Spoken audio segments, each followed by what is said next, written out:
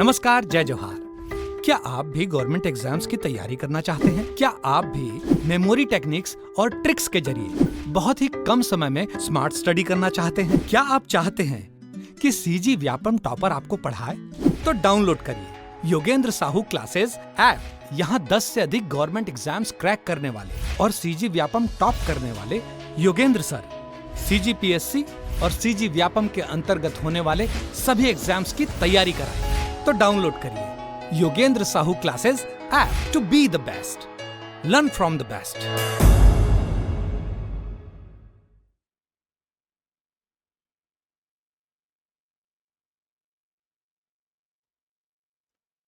नमस्कार दोस्तों, मैं मनीष आप सभी का स्वागत करता हूं योगेंद्र साहू ऑनलाइन क्लासेस में। देखिए, सीजी का हिस्ट्री थोड़ा लेट हो रहा है, इसलिए कि मेंस का जो हम लोग का पेपर 7 चल रहा है उसके रिकॉर्डिंग में थोड़ा व्यस्तता चल रही है, इसी नाम से। लेकिन जब भी मौका मिल रहा है हम लोग को, हम आपके लिए एमसीक्यू प्रोवाइड कर रहे हैं सीजी हिस्ट्री का, तो बने रहिए एमसीक्यू के साथ। हाँ ना, तो हम लोग क्या बोले थे कि जो कलचुरी चल रहा था हम लोग का, तो हम लोगों ने पिछले लेक्चर में कलचुरी तक किया था। आज उसकी प्रशासनिक व्यवस्था पे चर्चा कर लेंगे। फिर हम लोग कल वाले एमसीक्यू से क्या करेंगे, काकतीय वंश पढ़ेंगे, उसके बाद मराठा शासन पढ़ेंगे। ठीक है, तो आप लोग का जो कमेंट आता है उसको मैं वॉच करता हूं, जिसमें कहा गया है कि राजनीतिक व्यवस्था तक पढ़ा दीजिए सर करके। तो आप लोग निश्चिंत रहिए, बेशक आपका हॉस्टल वार्डन का पेपर हो सकता है अगस्त में पॉसिबिलिटी बने, जहां तक हो सकता है। तो अगस्त तक हम लोग कोशिश करेंगे, है ना, अगले ही महीना तक कोशिश करेंगे कि आपका हम लोग आधुनिक छत्तीसगढ़ तक कवर अप कर लें। ठीक है, तो चलिए प्रशासनिक व्यवस्था पे बात करते हैं।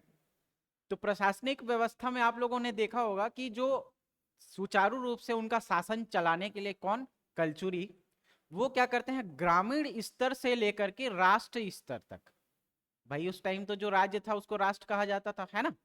तो ग्रामीण स्तर से लेकर के राज्य स्तर तक प्रशासन को चलाने के लिए जो प्रशासनिक अधिकारी थे वो क्या किए थे, अपॉइंट किए गए थे। जैसे ग्राम स्तर पे गोटिया होता था, है ना। फिर उसके बाद किसको, बरहों, जो 12 गांव रहते थे उनको मिला करके बरहा कहा गया। ठीक है, फिर उसके बाद गढ़ व्यवस्था किया गया। तो इस रेशियो में जो है वो इन्होंने क्या किया था, जो गढ़ व्यवस्था थी, है ना, बरहा व्यवस्था थी, इन सबको करते हुए क्या किए, ये अपने प्रशासन को चलाए थे। ठीक है, तो इस प्रशासन से रिलेटेड हम लोग क्या करते हैं, एमसीक्यू देखेंगे। उससे ज्यादा यहाँ से 10 से 12 क्वेश्चन मिलेंगे प्रीवियस ईयर में आए हुए, इससे ज्यादा यहाँ से क्वेश्चन फॉर्मेट नहीं होते। लेकिन कोशिश ये कीजिएगा कि जितने शासक हैं, है ना, मतलब जितने भी अधिकारी हैं, उन अधिकारी के बारे में आप थोड़ा बहुत जानने की कोशिश करना है यहाँ पे। ठीक है, तो इसमें ज्यादा थ्योरी पे बात ना करके सीधे सीधे हम लोग एमसीक्यू के ऊपर चर्चा करते हैं। ठीक है, तो पहला देखो क्वेश्चन क्या बोला जा रहा है, क्या है पहला क्वेश्चन।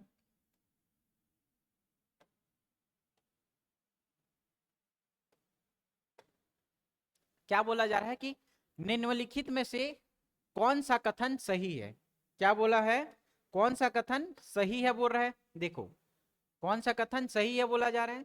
तो आप लोग जब सही है या गलत है का प्रावधान या क्वेश्चन में पूछा जाएगा, तो आप लोग पहले इसको क्या करना, मार्क करना। किसको, जो स्टेटमेंट सही है पूछ रहा है या जो स्टेटमेंट गलत है पूछ रहा है। तो उस संबंध में क्या करना, आप सबसे पहले उसको मार्क करना कि क्वेश्चन कौन सा पूछा है, सही वाला पूछ रहा है या गलत वाला पूछ रहा है। तो इसमें क्वेश्चन क्या बोला जा रहा है, सही वाला पूछा जा रहा है ना। तो सबसे पहले देखो क्या स्टेटमेंट क्या है, छत्तीसगढ़ में कलचुरी प्रशासन जो है वो राजतंत्रात्मक थी। सही है कि गलत है। तो पहले के जब ये लोग शासन करते थे तो राजा का बेटा राजा बनता था, है ना। तो ये क्या था, राजतंत्रात्मक व्यवस्था था। इसमें यही कहा गया कि इसका बेटा, जैसे कलिंग राज का बेटा था ना कमल राज का बेटा रत्नदेव, तो इस रेशियो में गया। मतलब कोई दूसरे को तो लोग चुन करके राजा नहीं बनाते थे। तो यहाँ पे जो प्रशासनिक व्यवस्था थी वो कैसी थी, राजतंत्रात्मक थी। मतलब जो राजा लोग के बेटे लोग रहते थे वही प्रशासन में आते थे या उनके द्वारा जो अपॉइंट किया जाता था, इसीलिए इसको क्या बोला जाएगा, राजतंत्रात्मक व्यवस्था थी। तो ये बिल्कुल स्टेटमेंट सही दिख रहा है। कौन सा, पहला वाला। दूसरा स्टेटमेंट क्या बोल रहा है, क्या पूछ रहा है कि प्रशासन में राजा को अमात्यों की सहायता प्राप्त थी। तो बिल्कुल प्राप्त थी, है ना। यहाँ पे जितने राजा लोग रहते थे उनको सहायता देने के लिए जो अमात्य थे, मंत्रीगण थे, मंत्री परिषद थे, वो क्या करते थे, हेल्प करते थे। क्या करने के लिए, प्रशासन को चलाने के लिए। ठीक है, अगला स्टेटमेंट क्या बोल रहा है कि गांव के प्रशासक या प्रशासन का प्रमुख कौन होता था, प्रधान होता था, बोल रहे हैं। क्या बोल रहे हैं, गांव के प्रशासन का प्रमुख कौन होता था, प्रधान होता था। तो ये स्टेटमेंट क्या है आपका, गलत है। तो आप लोगों ने पढ़ा होगा कि गांव के प्रशासन का प्रमुख या कौन होता था, प्रधान ना होकर के यहाँ पे गांव का प्रमुख कौन होता था, गौटिया होता था। ठीक है, कौन था जी, गौटिया था। ठीक है, समझ में आया। फिर 12 गांवों को मिला करके, कितना गांव, देखो क्या बोला जा रहा है, ग्राम प्रमुख को किस क्या नाम दिया जाता था, ग्राम प्रमुख को यहाँ पे गौटिया कहा जाता था। ठीक है, ग्राम प्रमुख को क्या कहा जाता था, यहाँ पे गौटिया कहा जाता था। उसके बाद जो व्यवस्था थी वो किसकी थी, बरहों की, या उसको बरहा कहा जाएगा। ये कितने गांवों का समूह था जी, या इसके प्रमुख को क्या बोलते थे, दाऊ बोलते थे। क्या बोलते थे, जो 12 बरहा था उसका प्रमुख को क्या बोलते थे, दाऊ बोलते थे। फिर इसके बाद जो आएगा उसको दीवान की संज्ञा दी जाएगी। दीवान मतलब जो गढ़ व्यवस्था होगा, गढ़ व्यवस्था में कौन होगा, दीवान होगा। ठीक, तो ग्राम में कितने, देखो अब ग्राम तो हो गया, एक ग्राम में एक गौटिया, एक ग्राम में एक गौटिया रहते थे। लेकिन जो बरहा बनता था वो कितने ग्रामों को मिल करके बनाते थे, 12 ग्राम। कितने ग्राम, 12 ग्राम। तो इसको क्या बोला जाता था, बरहा बोला जाता था। और उसके प्रमुख को क्या बोला जाता था, दाऊ बोला जाता है। ठीक है, क्या बोला जाता है, दाऊ बोला जाता है। फिर गढ़ व्यवस्था थी, गढ़ के प्रमुख को क्या बोला जाता था, गढ़ के प्रमुख को दीवान बोला जाता था। यहाँ गढ़ कितने होते थे, 12 ग्राम मिल करके, क्या तो 12 से देखो बरहा भी, ये बरहा को 12 बोल सकते हो ना, बरहा 12, तो 12 करके क्या 12 ग्राम याद कर सकते हो। अब इसी को क्या बोलेंगे, 84 ग्राम, या 7 बरहा मिल करके क्या बनते थे, एक गढ़ बनाते थे। ठीक है, 84 ग्राम मिल करके गढ़ बनाते थे। या उसको दूसरे लैंग्वेज क्या में क्या बोला जाएगा, जो 7 बरहा थे उनको मिला करके क्या बोला जाएगा, गढ़ कहा जाएगा। और गढ़ के प्रमुख का नाम क्या, दीवान। बरहा के प्रमुख का नाम क्या है, दाऊ। और गांव के प्रमुख का नाम क्या है, गौटिया।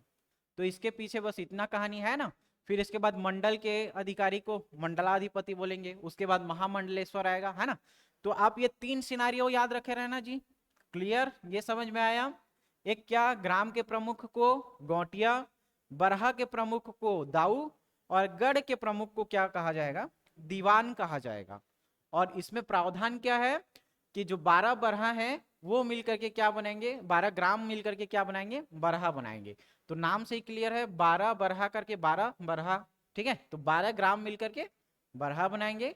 और 7 बरहों को मिला करके क्या बनाया जाएगा, एक गढ़ बनाया जाएगा, या ग्राम के हिसाब से बोलेंगे तो 84 ग्राम। ठीक, और इसके प्रमुख को क्या बोला जाएगा, दीवान कहा जाएगा। तो हम लोग के पहले क्वेश्चन का आंसर हम लोग को मिल गया। क्या बोला जा रहा है कि ग्राम के प्रशासन का प्रमुख प्रधान होता है, क्या प्रधान ना होकर के कौन होता है जी, गौटिया होता है। तो कौन सा कथन सही है पूछ रहा है ना हम लोग को, देखो कौन सा कथन सही है। तो कौन सा कथन सही हो जाएगा, ऑप्शन नंबर ए तो सही है, ऑप्शन नंबर 2 भी सही है। कौन सा सही नहीं है, ऑप्शन नंबर 3 सही नहीं है।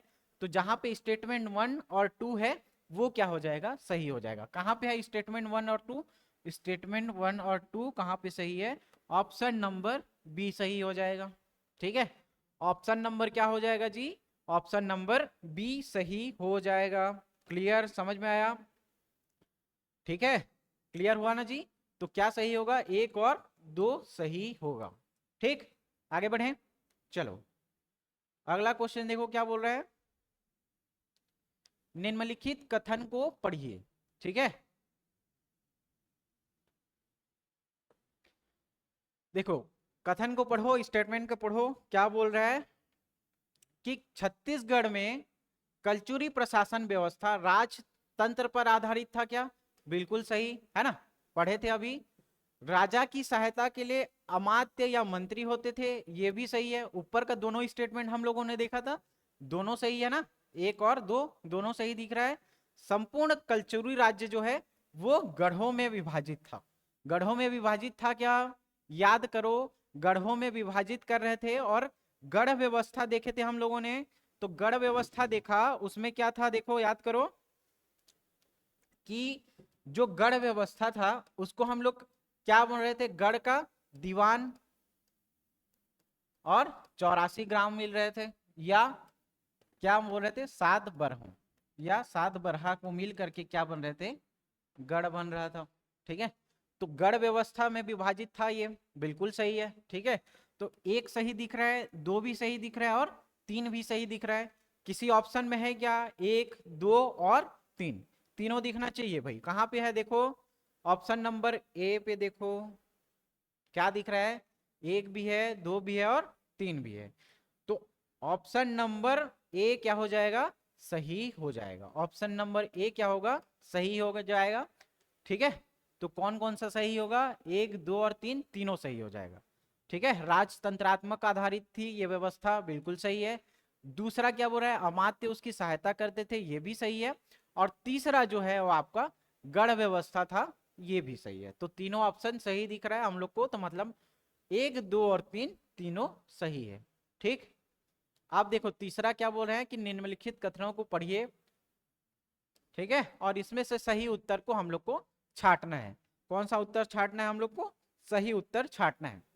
तो देखो क्या बोला जा रहा है, कलचुरी प्रशासन में राजा के अधिकार सीमित थे, गलत। क्या बोल रहा है, राजा जो है, तो राजा के अधिकार सीमित कैसे होंगे जी, कोई भी राज्य प्रशासन चलाएगा तो राजा का अधिकार सीमित होगा क्या, नहीं होगा। अगर सीमित होता तो लोग तो बगावत कर देते। क्यों ऐसे, क्योंकि ये व्यवस्था को हम लोग क्या व्यवस्था बोल रहे हैं, राजतंत्रात्मक व्यवस्था बोल रहे हैं, जिसमें राजा का बेटा ही बनेगा राजा।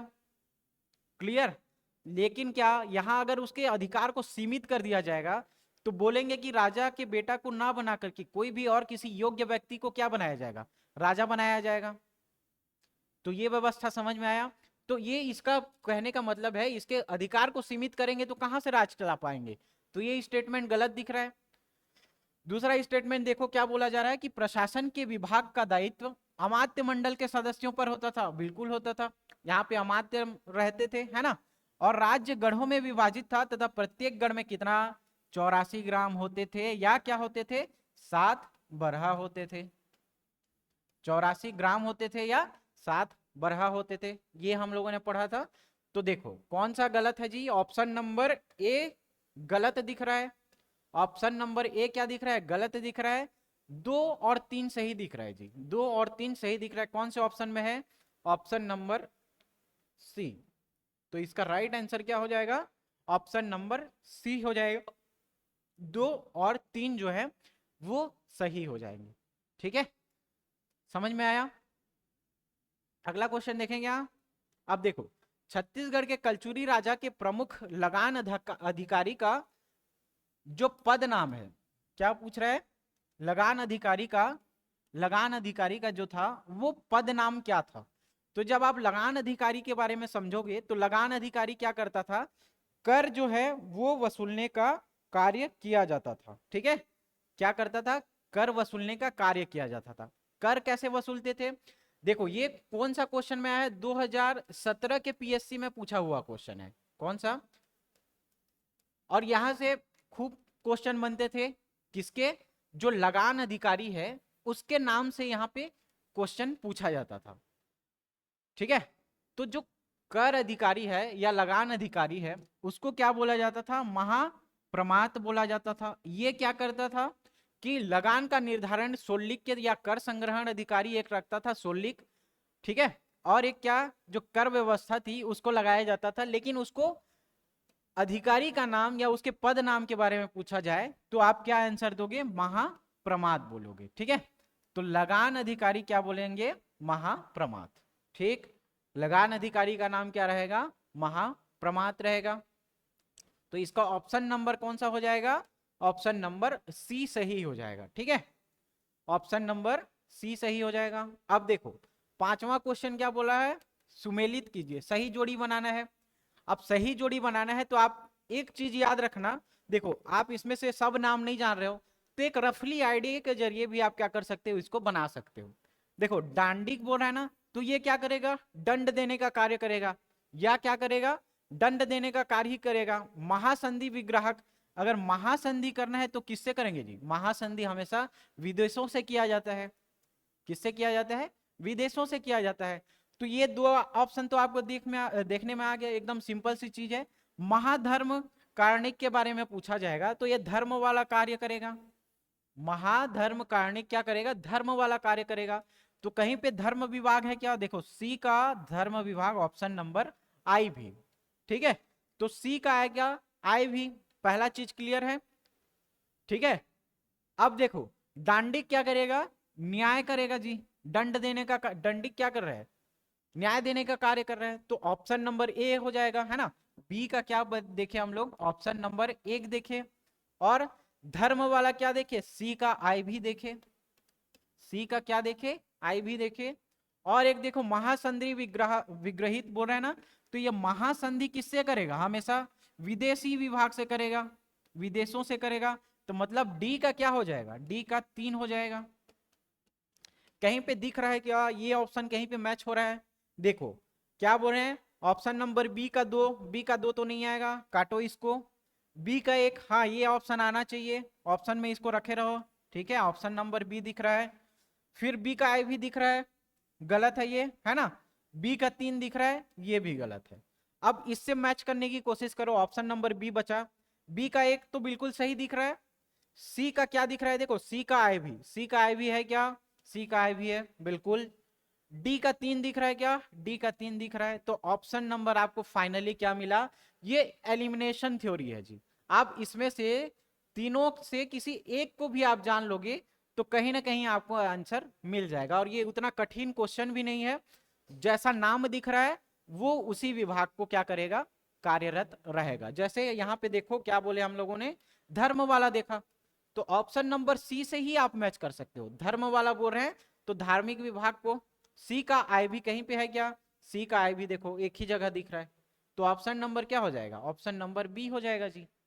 क्लियर, इस हिसाब से आप क्या करोगे, ऐसे क्वेश्चन को टैकल करोगे, ठीक। तो ऑप्शन नंबर बी सही हो जाएगा। अब देखो निम्नलिखित में से कौन कलचुरी शासन व्यवस्था का अधिकारी था, बोल रहे हैं कौन से कलचुरी शासन व्यवस्था का अधिकारी था। तो अधिकारी के बारे में जब आप देखोगे तो देखो दीवान भी हम लोगों ने पढ़ा है, ठीक है। गढ़ का प्रमुख, गढ़ का प्रमुख कौन है, दीवान। दाऊ, दाऊ कहाँ का है जी, बरहों का प्रमुख, बरहों का प्रमुख या बरहा भी इसको बोलते थे। और गौटिया, गौटिया कहाँ का प्रमुख होता था, ग्राम का प्रमुख होता था। तो ये तीनों तो सही हो जाएंगे, है ना। तो इसलिए क्या हो जाएगा, ऑप्शन नंबर डी, उपरोक्त सभी। तो ये सभी क्या हो जाएंगे, कलचुरी शासन व्यवस्था के क्या बन जाएंगे जी, अधिकारी बने जाएंगे, ठीक है।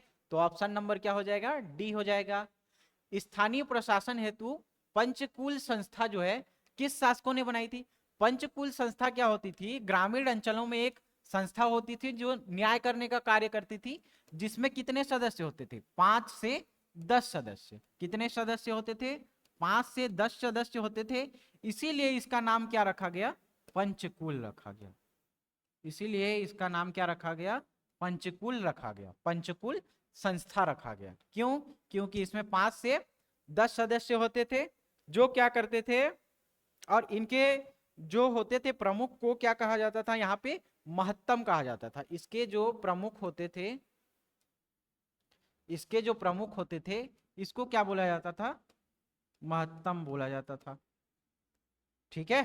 क्या बोला जाता था, महत्तम कहा जाता था, ठीक है। समझ में आया। 5 से 10 सदस्य होते थे, इसको क्या नाम दिया, पंचकुल संस्था कहा गया। इसके प्रमुख को क्या कहा जाता था, महत्तम कहा जाता था। और कौन सी व्यवस्था में था जी ये, काकतीय, सॉरी जो कलचुरी है, ठीक है। कौन सी व्यवस्था में था ये जी, कौन सी व्यवस्था में था ये, कलचुरी व्यवस्था में था। तो 7 का क्या हो जाएगा, 7 का ए हो जाएगा, कलचुरी प्रशासनिक व्यवस्था में पंचकुल नामक संस्था बनाई गई थी जिसमें 5 से 10 सदस्य होते थे। उस संस्था को क्या कहा जाता था? पंचकुल कहा जाता था। तथा जिसके प्रमुख को हम लोग क्या बोलते थे? महत्तम कहते थे। और ये किसकी व्यवस्था थी? कलचुरी कालीन व्यवस्था थी। ठीक, आगे बढ़े। इस क्वेश्चन के संबंध में आप लोग की जो जानकारियां थी वो समझ में आई क्या? अब देखो अगला क्वेश्चन क्या बोला जा रहा है कि कलचुरी कालीन राजस्व जमाबंदी के प्रमुख का पद नाम क्या था? तो राजस्व की जमाबंदी वाला हम लोग जब पढ़ रहे थे, ठीक है, राजस्व की जमाबंदी वाला पढ़ रहे थे, तो वहां पे हम लोगों ने डिस्कस भी किया था कि जो कर है ना, उस विभाग का प्रमुख कौन होता था, या जमाबंदी जो व्यवस्था थी, जमाबंदी जो व्यवस्था थी उसके प्रमुख को हम लोग क्या बोलते थे? महाप्रमार्थ बोलते थे। क्या बोलते थे? महाप्रमार्थ बोलते थे। ठीक, समझ में आया? क्लियर है जी? ये क्वेश्चन हम लोग कर भी चुके हैं। ठीक है, तो इसका ऑप्शन नंबर क्या हो जाएगा? ऑप्शन नंबर ए सही हो जाएगा। राजस्व जमाबंदी में कौन करता था कार्य? किसका कार्य था? महाप्रमार्थ का था। ठीक है, समझ में आया ये वाला आंसर? ठीक, अब देखो अगला क्या बोला जा रहा है? ज्येष्ठिका ग्राम। तो नाम से ही एकदम क्लियर है, ज्येष्ठिका ग्राम मतलब क्या है? ज्येष्ठिका मतलब, ज्येष्ठ मतलब कौन होता है जी? ज्येष्ठ मतलब क्या होता है? बड़ा होता है। ज्येष्ठ मतलब क्या होता है? बड़ा होता है। तो ज्येष्ठिका ग्राम बोला जा रहा है ना? क्या बोला जा रहा है? ज्येष्ठिका ग्राम बोला जा रहा है। तो देखो ज्येष्ठिका में ज्येष्ठ आ रहा है। ज्येष्ठ मतलब क्या होता है जी? बड़ा होता है। बड़ा होता है मतलब जो मुख्य घर का बड़ा है वही क्या है जी? मुखिया है। तो ग्राम का, या एक ज्येष्ठ बोल रहे हैं वो घर का एकदम प्रमुख है, वैसे ही बोल रहे हैं। अब ये किसके संबंध में बात कर रहा है? ग्राम के बारे में बोल रहा है। तो ग्राम का जो प्रमुख होगा उसको क्या बोला जाएगा? ज्येष्ठिका ग्राम कहा जाएगा। ग्राम का जो प्रमुख होगा उसी को क्या कहेंगे? ज्येष्ठ बोलेंगे, ज्येष्ठिका ग्राम। तो देखो कहीं पे है क्या? ग्राम समूह का मुख्य ग्राम। ठीक है, ग्राम समूह का मुख्य ग्राम जो होगा, है ना। अब ये व्यक्तियों के बारे में चर्चा नहीं कर रहा है जी, यहाँ पे व्यक्ति वाला है, तो व्यक्ति वाला ऑप्शन नहीं आएगा, इसको पहले काटना आप लोग। ठीक है, तो ग्राम समूह का जो मुख्य ग्राम रहेगा उसको क्या बोलेंगे? ज्येष्ठिका ग्राम बोलेंगे। ग्राम समूह का मुख्य ग्राम होगा। अब ये क्वेश्चन समझ में आया ना? ज्येष्ठिका ग्राम बोल रहा है मतलब गांव में सबसा, जो गांव है, गांव में सबसे बड़ा गांव। ठीक है, गांव में सबसे बड़ा गांव, इसका अर्थ ये है। तो इसीलिए ज्येष्ठिका ग्राम बोला जा रहा है। तो ग्राम का सबसे ज्येष्ठ यानी सबसे मुख्य। ठीक है, तो ग्राम समूह का मुख्य ग्राम के बारे में चर्चा यहाँ पे की जा रही है। ठीक, समझ में आया? तो इसके संबंध में देखो यहां तक करते हैं। आप लोग क्या करो, काकतीय वंश को पढ़ के रखो। अगला लेक्चर जो है हो सकता है या तो फड़ी नाग वंश के बारे में समझेंगे, या तो आप काकतीय वाला, दोनों टॉपिक करके रखे रहोगे कम से कम। फिर उस हिसाब से हम लोग क्या करेंगे? एमसीक्यू करेंगे तो ज्यादा समझ में आएगा। ठीक है, ठीक है, बने रहिए योगेन साहू क्लासेस के साथ। थैंक यू, धन्यवाद।